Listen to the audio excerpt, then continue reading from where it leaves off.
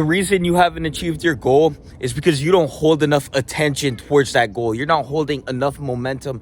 You don't have enough intent to actually produce the outcome by being productive.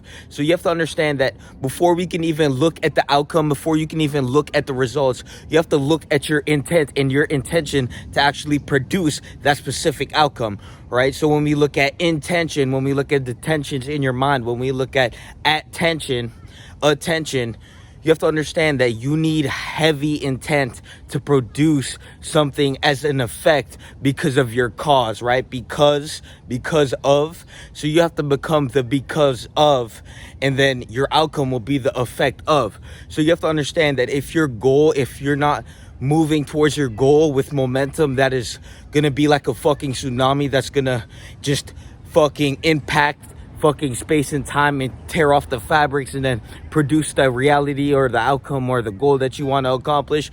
If it's something small like your body, or if it's something bigger like financial success or whatever you're moving towards, you have to understand that you need to have intention. So when we look at an individual who says they want a goal and they want to accomplish a goal, but they don't actually accomplish the goal and they're just talking out their asshole, you have to understand that that individual doesn't hold enough attention.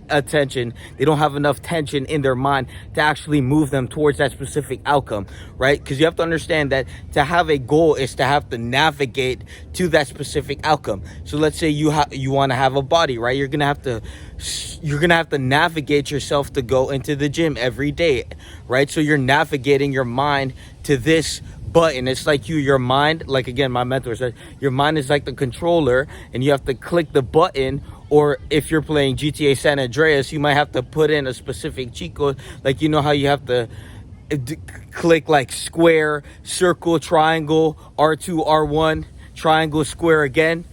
You have to do that every single day until that outcome is produced. And you have to worry, you have to have intention when you use input, right? So you're putting in, and then what you get out is going to be directly correspondent to what you're putting in. So if you want to if you want a big output, then you need to have a heavy input.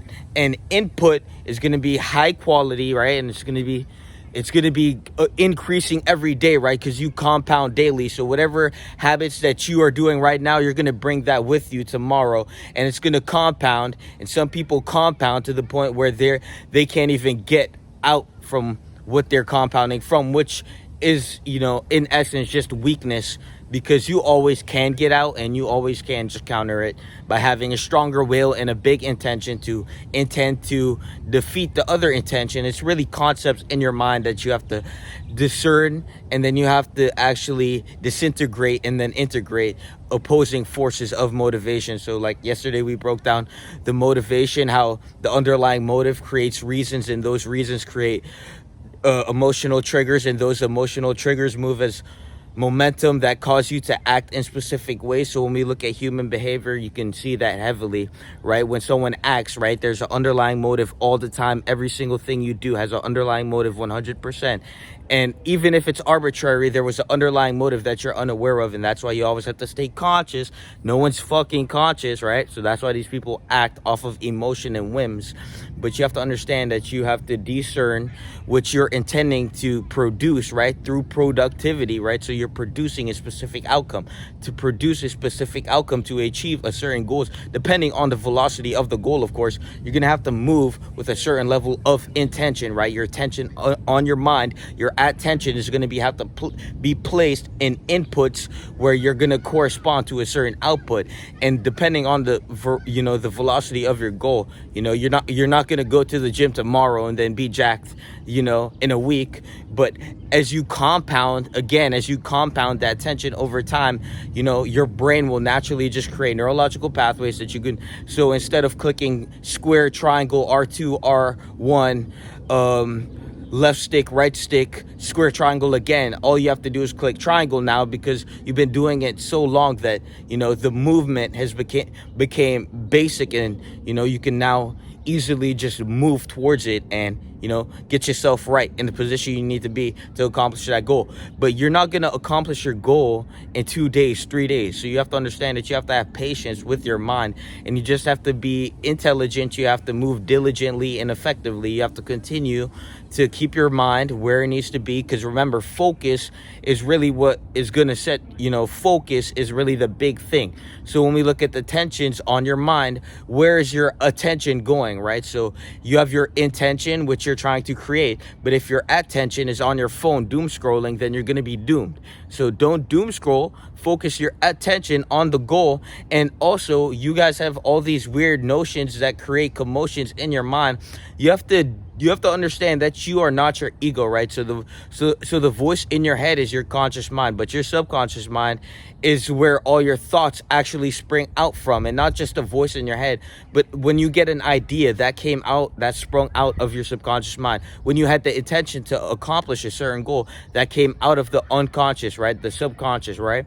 So you have to understand that you literally need to pull out of your ego, because your ego is really just, it's the corporeal being, right? So if you want to actually circumnavigate circumstance and create a desirable circumstance, then you're going to have to pull out of that ego, that corporeal being, and you're going to have to rely on your incorporeal being. And this is why you need to have trust in something other beyond yourself. You're going to have a trust in God, because you're going to have trust in the universe, whatever you want to call it, whatever you can fathom, whatever you can use to actually conceptualize and then understand the concept of a power and supreme universal intelligence beyond your own.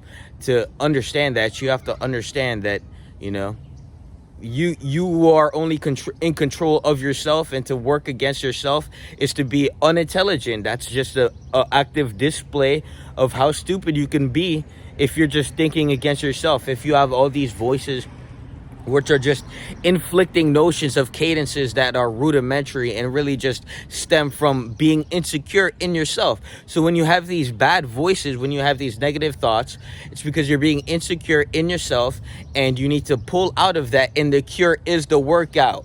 The cure, if you suffer from inflictions and cadences, you're gonna need to hit 1,000 push-ups. Okay, that's OD. You're gonna need to hit 100 push-ups, and I'm telling you, you're gonna feel relieved. And then when you have that mental clarity, now you can actually move towards your goal, and then you can focus your tensions of your mind with intent to actually produce this specific outcome through productivity. But you can't be productive if you're thinking about something that is actively taking away your attention. And this is why we need to get rid of the negative inflictions and the cadences. And you're gonna have to understand that that's not even you, that's your corporeal being, and your mind is the incorporeal aspect of yourself. So your corporeal being is the tangible body, the brain, right? The psychological programming wired in your brain. But the incorporeal is the mind, the intangible, right? So you have to understand that to reprogram yourself subconsciously, you're gonna have to tap into that incorporeal being by pulling out of your ego, and to produce a specific outcome, a specific goal, you're gonna have to intend, you're gonna have to move with intention and focus your attention and focus on the goal. And you're gonna have to move towards that goal bit by bit. But you can't be focused on the goal if you're focused on all the inflictions in your mind. So you either cascade into the abyss of inevitable failure and you become a subordinate slave, or you circumnavigate circumstance and then you proliferate your circumstantial circumference and max the fuck out. So that's what we're doing. Get on the program if you're not on the program. Join the community if you're not in the community. And that's it for today. Peace.